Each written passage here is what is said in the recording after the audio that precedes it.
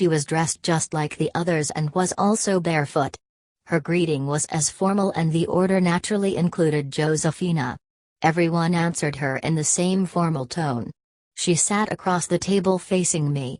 All of us remained in absolute silence for quite a while. La Gorda spoke suddenly, and the sound of her voice made everyone else jump. She said, pointing to me, that the Nagual was going to show them his allies, and that he was going to use his special call to bring them into the room. I tried to make a joke and said that the Nagual was not there, so he could not bring any allies. I thought they were going to laugh. La Gorda covered her face and the little sisters glared at me. La Gorda put her hand on my mouth and whispered in my ear that it was absolutely necessary that I refrain from saying idiotic things. She looked right into my eyes and said that I had to call the allies by making the moths call. I reluctantly began. But no sooner had I started than the spirit of the occasion took over, and I found that in a matter of seconds I had given my maximum concentration to producing the sound. I modulated its outflow and controlled the air being expelled from my lungs in order to produce the longest possible tapping. It sounded very melodious. I took an enormous gasp of air to start a new series. I stopped immediately. Something outside the house was answering my call. The tapping sounds came from all around the house, even from the roof. The little sisters stood up and huddled like frightened children around La Gorda and myself. "Please, Nagual, don't bring anything into the house," Lydia pleaded with me. Even La Gorda seemed a bit frightened. She gave me a strong command with her hand to stop.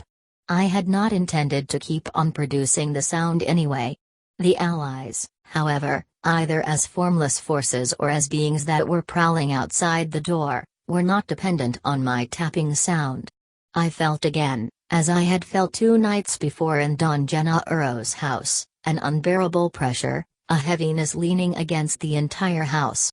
I could sense it in my navel as an itch, a nervousness that soon turned into sheer physical anguish. The 3 little sisters were beside themselves with fear, especially Lydia and Josefina. Both of them were whining like wounded dogs. All of them surrounded me and then clung to me. Rosa crawled under the table and pushed her head up between my legs. La Gorda stood behind me as calmly as she could. After a few moments the hysteria and fear of those 3 girls mounted to enormous proportions. La Gorda leaned over and whispered that I should make the opposite sound, the sound that would disperse them. I had a moment of supreme uncertainty. I really did not know any other sound. But then I had a quick sensation of ticklishness on the top of my head, a shiver in my body, and I remembered out of nowhere a peculiar whistling that Don Juan used to perform at night and had endeavored to teach me. He had presented it to me as a means to keep one's balance while walking so as not to stray away from the trail in the darkness. I began my whistling and the pressure in my umbilical region ceased. La Gorda smiled and sighed with relief, and the little sisters moved away from my side, giggling as if all of it had been merely a joke. I wanted to indulge in some soul-searching deliberations about the abrupt transition from the rather pleasant exchange I was having with La Gorda to that unearthly situation.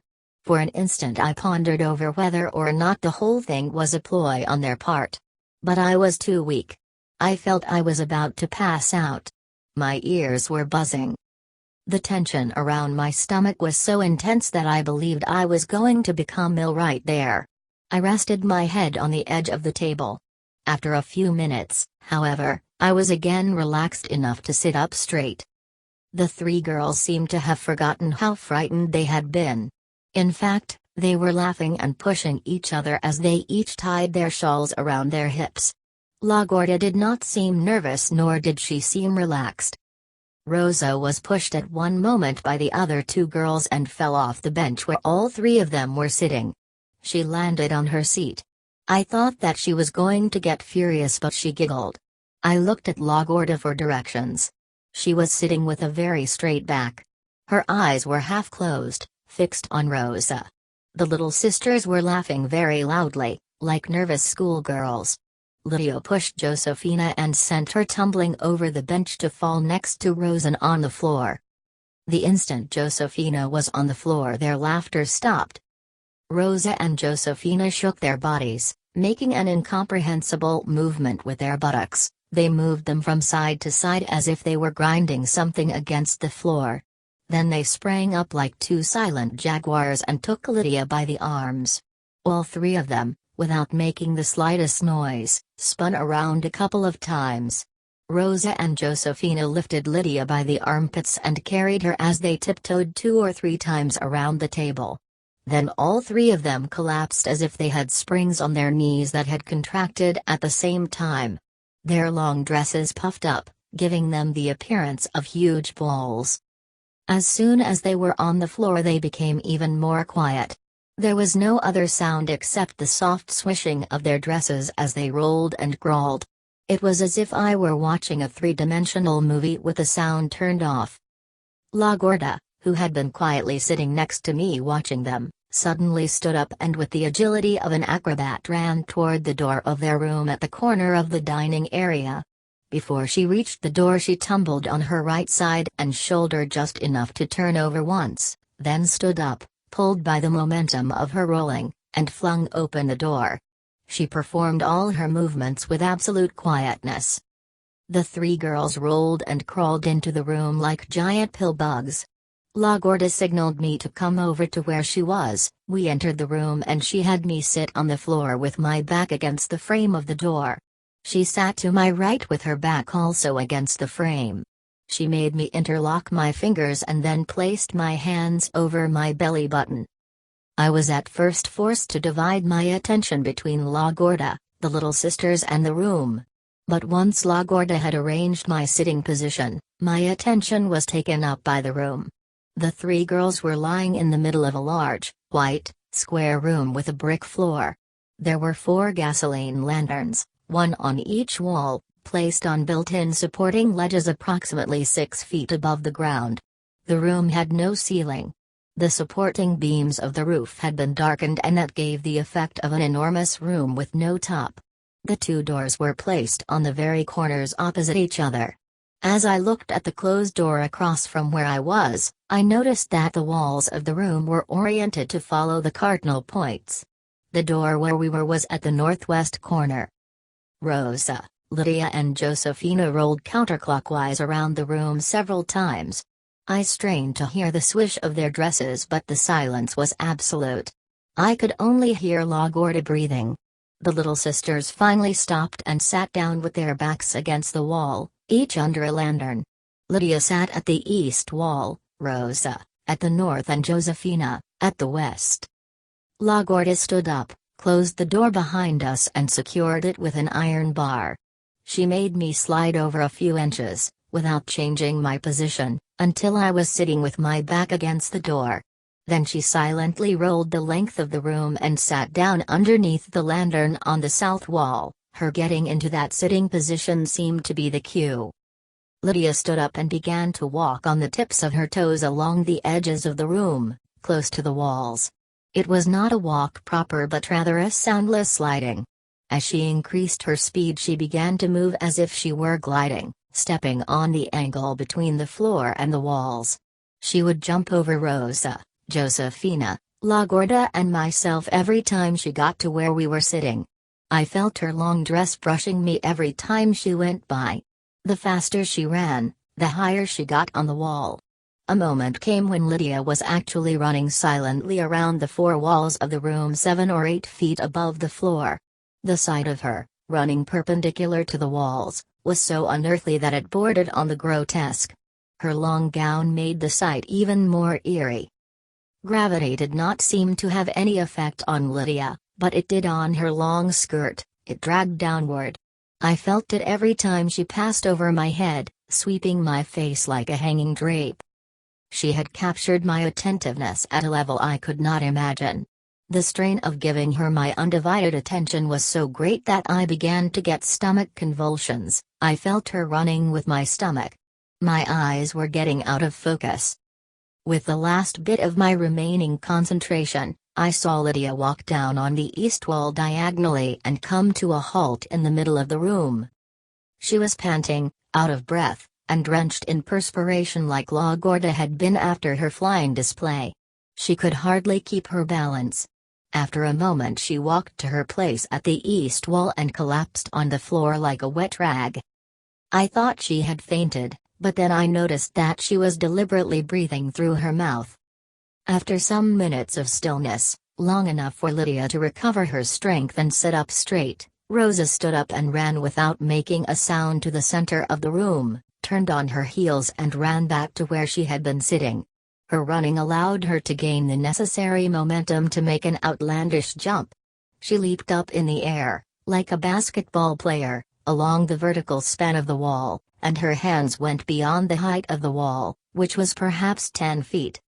I saw her body actually hitting the wall, although there was no corresponding crashing sound. I expected her to rebound to the floor with the force of the impact, but she remained hanging there, attached to the wall like a pendulum.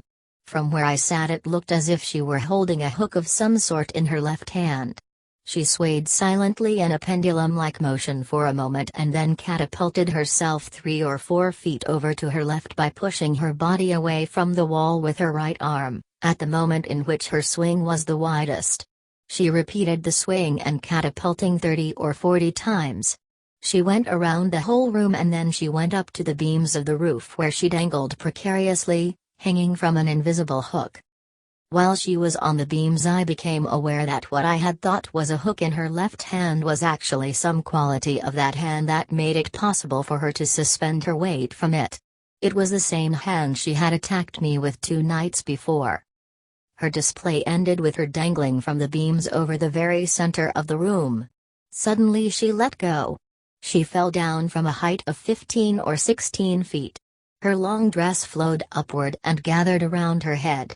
For an instant, before she landed without a sound, she looked like an umbrella turned inside out by the force of the wind. Her thin, naked body looked like a stick attached to the dark mass of her dress. My body felt the impact of her plummeting down, perhaps more than she did herself. She landed in a squat position and remained motionless, trying to catch her breath. I was sprawled down on the floor with painful cramps in my stomach. La Gorda rolled across the room, took her shawl and tied it around my umbilical region, like a band, looping it around my body 2 or 3 times. She rolled back to the south wall like a shadow. While she had been arranging the shawl around my waist, I had lost sight of Rosa. When I looked up she was again sitting by the north wall. A moment later, Josefina quietly moved to the center of the room. She paced back and forth with noiseless steps, between where Lydia was sitting and her own spot at the west wall. She faced me all the time.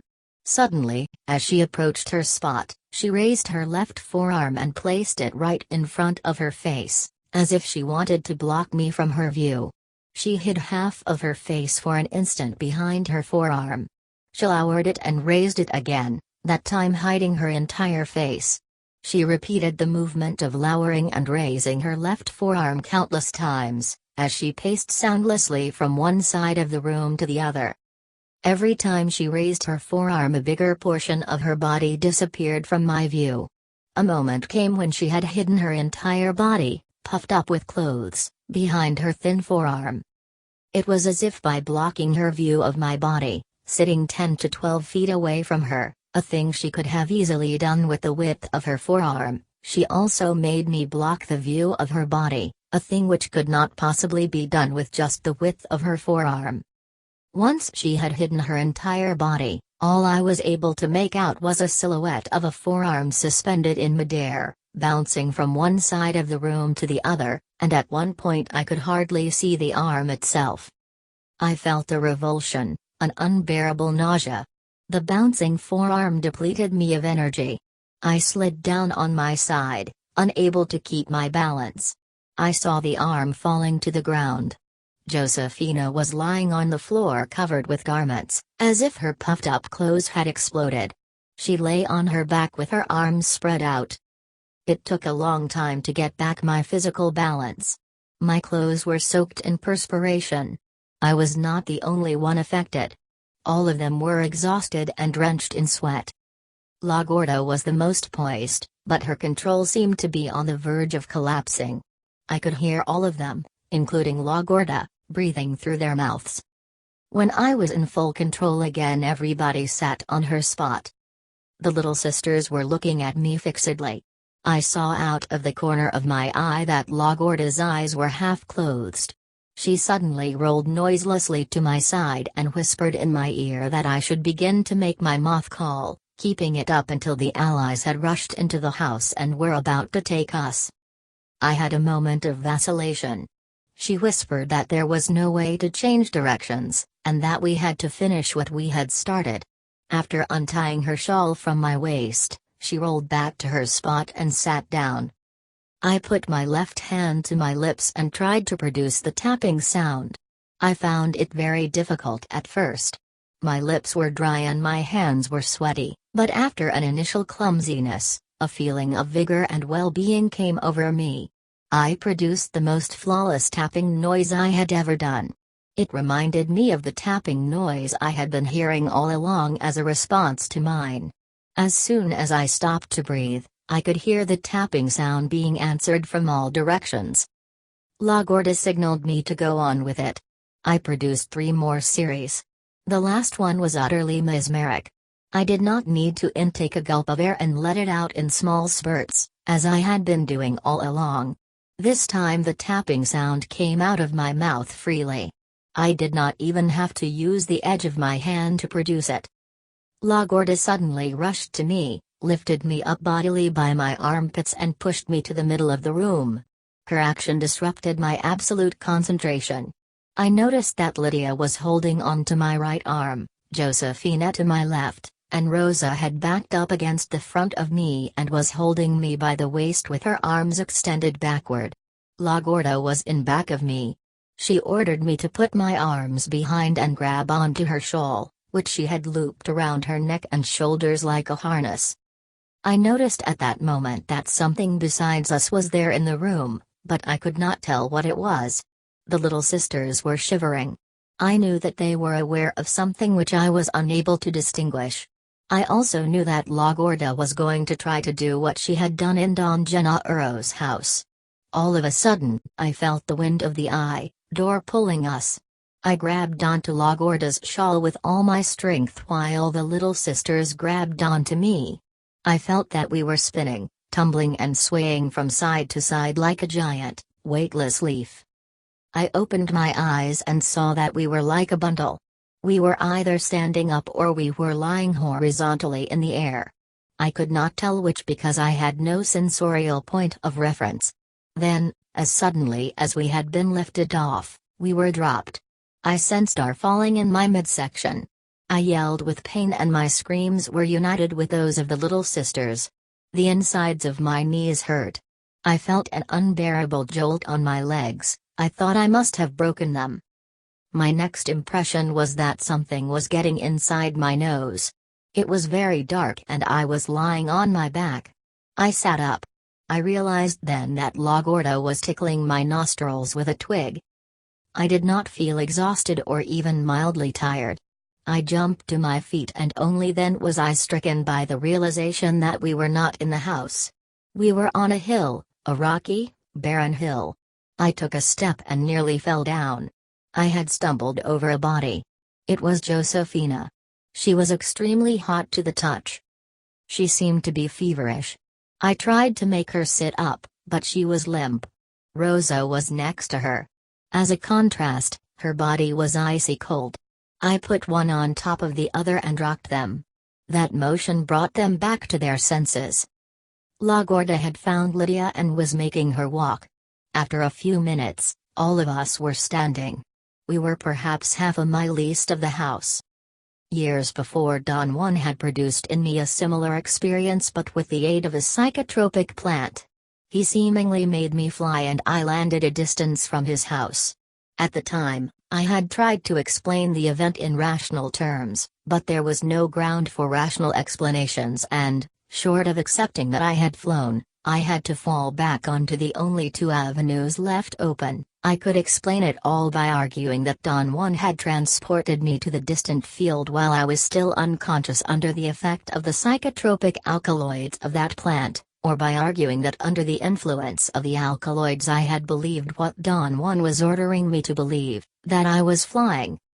This time I had no other recourse but to brace myself for accepting, on its face value, that I had flown. I wanted to indulge in doubts and began to wonder about the possibilities of the 4 girls carrying me to that hill.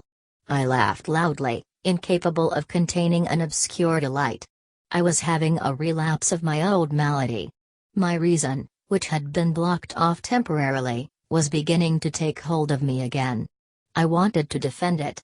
Or perhaps it would be more appropriate to say, in light of the outlandish acts I had witnessed and performed since my arrival, that my reason was defending itself, independently of the more complex whole that seemed to be the me I did not know.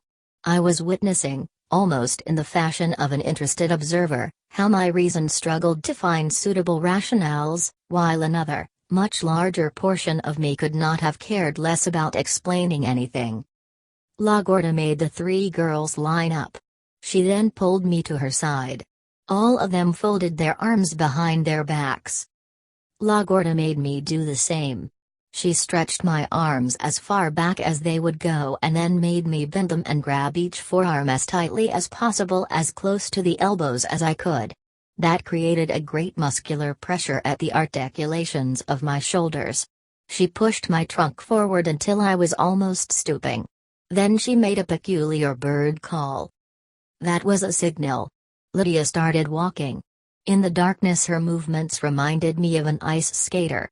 She walked swiftly and silently, and in a few minutes she disappeared from my view.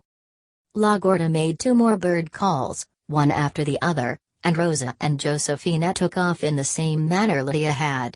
La Gorda told me to follow close to her. She made 1 more bird call and we both started walking. I was surprised at the ease with which I walked. My entire balance was centered in my legs. The fact that I had my arms behind my back, instead of hindering my movements, aided me in maintaining a strange equilibrium. But above all, what surprised me the most was the quietness of my steps. When we reached the road we began to walk normally. We passed 2 men going in the opposite direction. La Gorda greeted them and they answered back. When we arrived at the house we found the little sisters standing by the door, not daring to go in. La Gorda told them that although I could not control the allies I could either call them or tell them to leave, and that the allies would not bother us any longer. The girls believed her, something I myself could not do in that instance. We went inside. In a very quiet and efficient manner all of them undressed, drenched themselves with cold water and put on a fresh change of clothes. I did the same. I put on the old clothes I used to keep in Don Juan's house, which La Gorda brought to me in a box. All of us were in high spirits. I asked La Gorda to explain to me what we had done. "We'll talk about that later," she said in a firm tone. I remembered then that the packages I had for them were still in the car.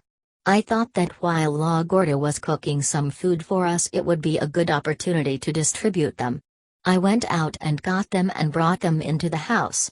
I placed them on the table. Lydia asked me if I had already assigned the gifts as she had suggested. I said that I wanted them to pick one they liked. She declined. She said that no doubt I had something special for Pablito and Nestor and a bunch of trinkets for them, which I would throw on the table with the intention that they fight over them. "Besides, you didn't bring anything for Benigno," Lydia said as she came to my side and looked at me with mock seriousness. "You can't hurt the Genro's feelings by giving 2 gifts for 3. They all laughed. I felt embarrassed. She was absolutely right in everything that she had said.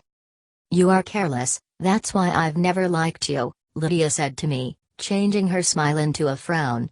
"You have never greeted me with affection or respect. Every time we saw each other you only pretended to be happy to see me." She imitated my obviously contrived effusive greeting, a greeting I must have given her countless times in the past. "Why didn't you ever ask me what I was doing here?" Lydia asked me. I stopped writing to consider her point. It had never occurred to me to ask her anything. I told her that I had no excuse. La Gorda interceded and said that the reason that I had never said more than 2 words to either Lydia or Rosa each time I saw them was because I was accustomed to talking only to women that I was enamored of, in one way or another. La Gorda added that the Nagual had told them that if I would ask them anything directly they were supposed to answer my questions, but as long as I did not ask, they were not supposed to mention anything. Rosa said that she did not like me because I was always laughing and trying to be funny. Josefina added that since I had never seen her, she disliked me just for fun, for the hell of it. "I want you to know that I don't accept you as the Nagual," Lydia said to me. "You're too dumb. You know nothing. I know more than you do. How can I respect you?" Lydia added that as far as she was concerned I could go back where I came from or go jump in a lake for that matter. Rosa and Josefina did not say a word. Judging by the serious and mean expressions on their faces, however, they seemed to agree with Lydia. "How can this man lead us?" Lydia asked La Gorda. "He's not a true Nagual. He's a man. He is going to make us into idiots like himself." As she was talking I could see the mean expressions on Rosa's and Josefina's faces getting even harder. La Gorda intervened and explained to them what she had seen earlier about me. She added that since she had recommended to me not to get entangled in their webs, she was recommending the same thing to them, not to get entangled in mine. After Lydia's initial display of genuine and well-founded animosity, I was flabbergasted to see how easily she acquiesced to La Gorda's remarks. She smiled at me. She even came and sat next to me. "You're really like us, eh?" she asked in a tone of bewilderment. I did not know what to say. I was afraid of blundering. Lydia was obviously the leader of the little sisters. The moment she smiled at me the other two seemed to be infused instantly with the same mood. La Gorda told them not to mind my pencil and paper and my asking questions and that in return I would not be flustered when they became involved in doing what they loved the most, to indulge in themselves. The 3 of them sat close to me. La Gorda walked over to the table, got the packages and took them out to my car. I asked Lydia to forgive me for my inexcusable blunderings of the past and asked all of them to tell me how they had become Don Juan's apprentices. In order to make them feel at ease I gave them an account of how I had met Don Juan. Their accounts were the same as what Donna Soledad had already told me. Lydia said that all of them had been free to leave Don Juan's world but their choice had been to stay. She, in particular, being the first apprentice, was given an opportunity to go away. After the Nagual and Gennaro had cured her, the Nagual had pointed to the door and told her that if she did not go through it then, the door would close her in and would never open again.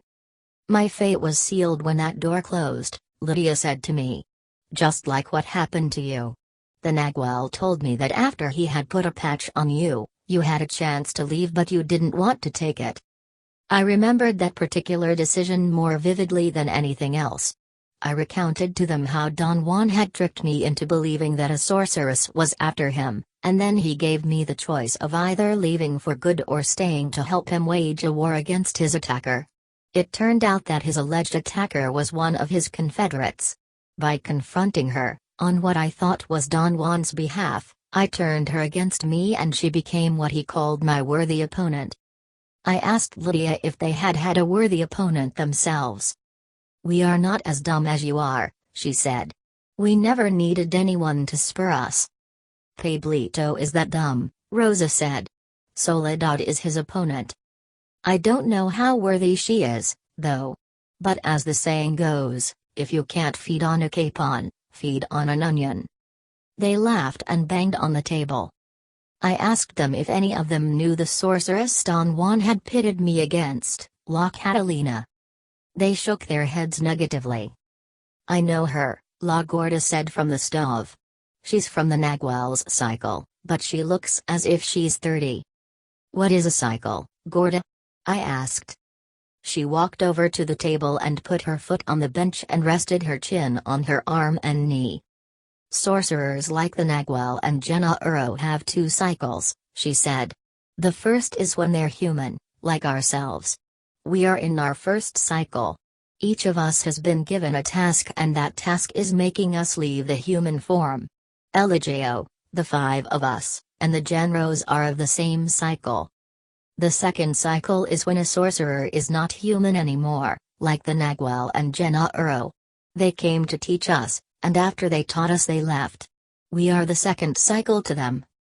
The Nagual and La Catalina are like you and Lydia. They are in the same positions. She's a scary sorceress, just like Lydia. La Gorda went back to the stove. The little sisters seemed nervous. That must be the woman who knows power plants, Lydia said to La Gorda. La Gorda said that she was the one. I asked them if the Nagual had ever given them power plants. No, not to us 3, Lydia replied. Power plants are given only to empty people. Like yourself and La Gorda. Did the Nagual give you power plants, Gorda? I asked loudly. La Gorda raised 2 fingers over her head. The Nagual gave her his pipe twice, Lydia said. And she went off her rocker both times. What happened, Gorda? I asked. I went off my rocker, she said as she walked over to the table. Power plants were given to use because the Nagual was putting a patch on our bodies. Mine hooked fast, but yours was difficult. The Nagual said that you were crazier than Josefina, and impossible like Lydia, and he had to give you a lot of them. La Gorda explained that power plants were used only by sorcerers who had mastered their art. Those plants were such a powerful affair that in order to be properly handled, the most impeccable attention was needed on the part of the sorcerer. It took a lifetime to train one's attention to the degree needed. La Gorda said that complete people do not need power plants, and that neither the little sisters nor the Genros had ever taken them, but that someday when they had perfected their art as dreamers, they would use them to get a final and total boost, a boost of such magnitude that it would be impossible for us to understand. Would you and I take them too? I asked La Gorda. All of us, she replied. The Nagual said that you should understand this point better than any of us. I considered the issue for a moment. The effect of psychotropic plants had indeed been terrifying for me. They seemed to reach a vast reservoir in me, and extract from it a total world. The drawback in taking them had been the toll they took on my physical well-being and the impossibility of controlling their effect. The world they plunged me into was unamenable and chaotic. I lacked the control, the power, in Don Juan's terms, to make use of such a world. If I would have the control, however, the possibilities would be staggering to the mind. I took them, myself, Josefina said all of a sudden. When I was crazy the Nagual gave me his pipe, to cure me or kill me. And it cured me. The Nagual really gave Josefina his smoke, La Gorda said from the stove and then came over to the table. He knew that she was pretending to be crazier than she was.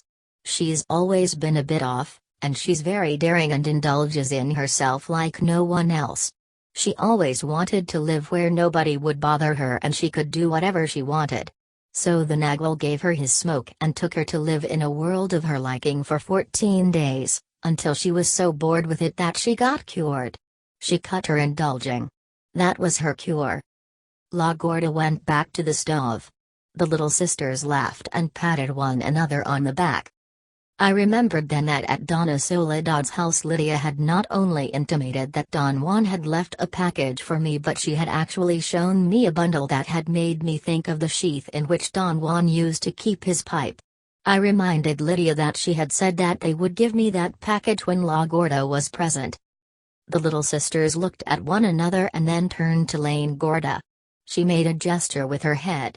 Josefina stood up and went to the front room.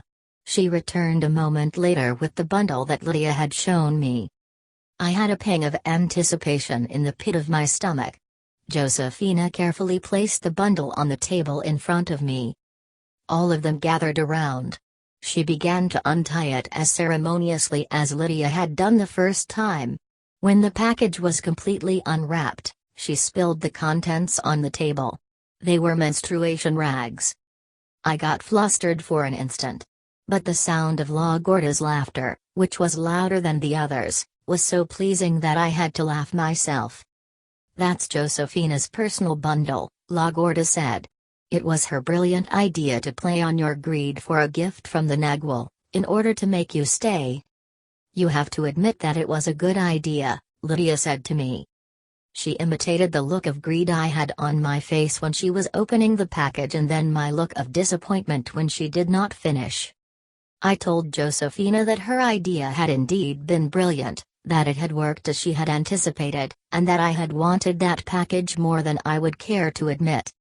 You can have it, if you want it, Josefina said and made everybody laugh. LaGuardia said that the Nagual had known from the beginning that Josefina was not really ill, and that was the reason it had been so difficult for him to cure her. People who are actually sick are more pliable. Josefina was too aware of everything and very unruly, and he had had to smoke her a great many times. Don Juan had once said the same thing about me, that he had smoked me. I had always believed that he was referring to having used psychotropic mushrooms to have a view of me. How did he smoke you? I asked Josefina. She shrugged her shoulders and did not answer. The same way he smoked you, Lydia said. He pulled your luminosity and dried it with the smoke from a fire that he had made. I was sure that Don Juan had never explained such a thing to me. I asked Lydia to tell me what she knew about the subject. She turned to LaGuardia. Smoke is very important for sorcerers, LaGuardia said. Smoke is like fog. Fog is of course better, but it's too hard to handle. It's not as handy as smoke is. So if a sorcerer wants to see and know someone who is always hiding, like you and Josefina, who are capricious and difficult, the sorcerer makes a fire and lets the smoke envelop the person. Whatever they're hiding comes out in the smoke. LaGuardia said that the Nagual used smoke not only to see and know people but also to cure. He gave Josefina smoke baths, he made her stand or sit by the fire in the direction the wind was blowing. The smoke would envelop her and make her choke and cry, but her discomfort was only temporary and of no consequence. The positive effects, on the other hand, were a gradual cleansing of the luminosity. The Nagual gave all of us smoke baths, LaGuardia said. He gave you even more baths than Josefina. He said that you were unbearable, and you were not even pretending, like she was. It all became clear to me. She was right, Don Juan had made me sit in front of a fire hundreds of times. The smoke used to irritate my throat and eyes to such a degree that I dreaded to see him begin to gather dry twigs and branches. He said that I had to learn to control my breathing and feel the smoke while I kept my eyes closed, that way I could breathe without choking. LaGuardia said that smoke had helped Josefina to be ethereal and very elusive, and that no doubt it had helped me to cure my madness, whatever it was. The Nagual said that smoke takes everything out of you, LaGuardia went on. It makes you clear and direct. I asked her if she knew how to bring out with the smoke whatever a person was hiding. She said that she could easily do it because of having lost her form, but that the Little Sisters and the Genros, although they had seen the Nagual and Genaro do it scores of times, could not yet do it themselves. I was curious to know why Don Juan had never mentioned the subject to me, in spite of the fact that he had smoked me like dry fish hundreds of times. He did, LaGuardia said with her usual conviction. The Nagual even taught you fog gazing. He told us that once you smoked a whole place in the mountains and saw what was hiding behind the scenery. He said that he was spellbound himself. I remembered an exquisite perceptual distortion, a hallucination of sorts, which I had had and thought was the product of a play between a most dense fog and an electrical storm that was occurring at the same time. I narrated to them the episode and added that Don Juan had never really directly taught me anything about the fog or the smoke. His procedure had been to build fires or to take me into fog banks. LaGuardia did not say a word. She stood up and went back to the stove. Lydia shook her head and clicked her tongue. You sure are dumb, she said. The Nagual taught you everything. How do you think you saw what you have just told us about? There was an abyss between our understanding of how to teach something. I told them that if I were to teach them something I knew, such as how to drive a car, I would go step by step, making sure that they understood every facet of the whole procedure. La Gorda returned to the table. That's only if the sorcerer is teaching something about the tonal, she said. When the sorcerer is dealing with the Nagwal, he must give the instruction, which is to show the mystery to the warrior. And that's all he has to do. The warrior who receives the mysteries must claim knowledge as power, by doing what he has been shown. The Nagwal showed you more mysteries than all of us together. But you're lazy, like Pablito, and prefer to be confused. The tonal and the Nagwal are two different worlds. In one you talk, in the other you act. At the moment she spoke, her words made absolute sense to me. I knew what she was talking about. She went back to the stove, stirred something in a pot and came back again. "Why are you so dumb?" Lydia bluntly asked me. "He's empty," Rosa replied. They made me stand up and forced themselves to squint as they scanned my body with their eyes. All of them touched my umbilical region. "But why are you still empty?" Lydia asked. "You know what to do, don't you?" Rosa added. "He was crazy," Josefina said to them. "He must still be crazy now." La Gorda came to my aid and told them that I was still empty for the same reason they still had their form. All of us secretly did not want the world of the Nagwal. We were afraid and had second thoughts. In short, none of us was better than Pablito. They did not say a word. All three of them seemed thoroughly embarrassed. "Poor little Nagwal," Lydia said to me with a tone of genuine concern. "You're as scared as we are. I pretend to be tough, Josefina pretends to be crazy, Rosa pretends to be ill-tempered and you pretend to be dumb." They laughed, and for the first time since I had arrived they made a gesture of comradeship toward me. They embraced me and put their heads against mine. La Gorda sat facing me and the little sisters sat around her. I was facing all four of them. "Now we can talk about what happened tonight," La Gorda said. "The Nagwal told me that if we survived the last contact with the Allies we wouldn't be the same. The Allies did something to us tonight. They have hurled us away." She gently touched my writing hand. "Tonight was a special night for you," she went on. "Tonight all of us pitched in to help you, including the Allies. The Nagwal would have liked it. Tonight you saw all the way through." "I did?" I asked. "There you go again," Lydia said, and everybody laughed. "Tell me about my seeing, Gorda," I insisted. "You know that I'm dumb. There should be no misunderstandings between us." "All right," she said. "I see what you mean. Tonight you saw the little sisters." I said to them that I had also witnessed incredible acts performed by Don Juan and Don Gennaro. I had seen them as plainly as I had seen the little sisters, and yet Don Juan and Don Gennaro had always concluded that I had not seen. I failed, therefore, to determine in what way could the acts of the little sisters be different. "You mean you didn't see how they were holding on to the lines of the world?" she asked. "No, I didn't." "You didn't see them slipping through the crack between the worlds?" I narrated to them what I had witnessed. They listened in silence. At the end of my account La Gorda seemed to be on the verge of tears. "What a pity!" she exclaimed.